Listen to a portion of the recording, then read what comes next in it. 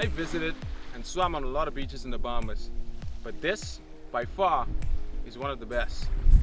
Now it's not going to stay that way unless it's untouched, but with urban development and people just moving in and wanting to be near the beach, there are consequences.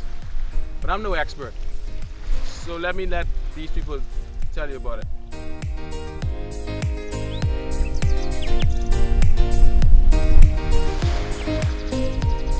They're in a 6-month apprenticeship program, and we're training them to be lead citizen science collectors on the island.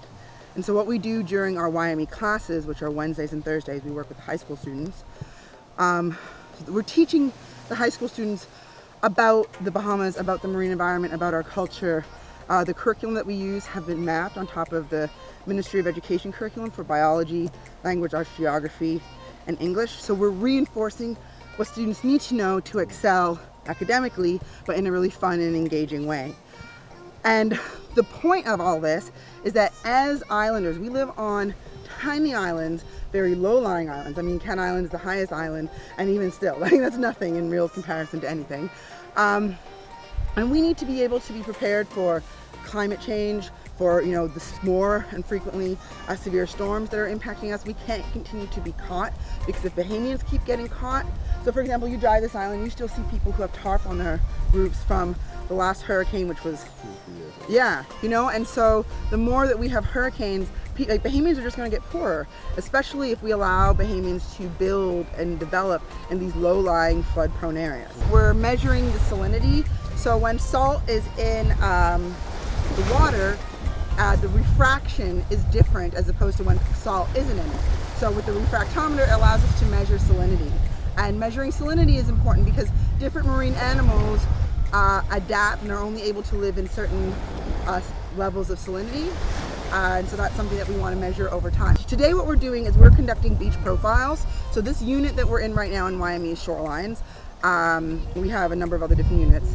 But so the shoreline unit helps us collect, we collect the slope of the beach, because what we want to look at is over time how our beaches change, whether they erode or accrete.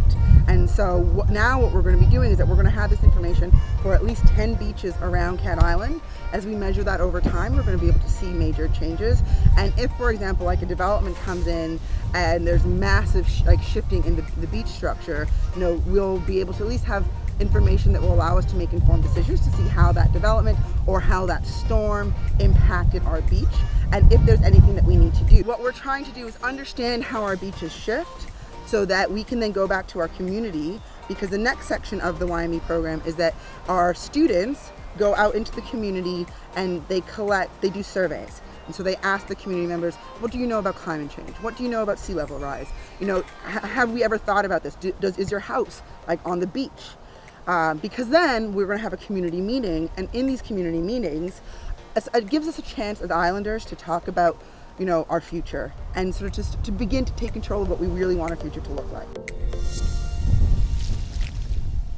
Unfortunately, I didn't catch any fish, but if you're interested in marine preservation, or you just care about your country and the beach, and you want to make a career of it, contact me. I'll put you in contact with YME, and you could be on the path to a new career. So I hope you enjoyed it, and I'll see you later.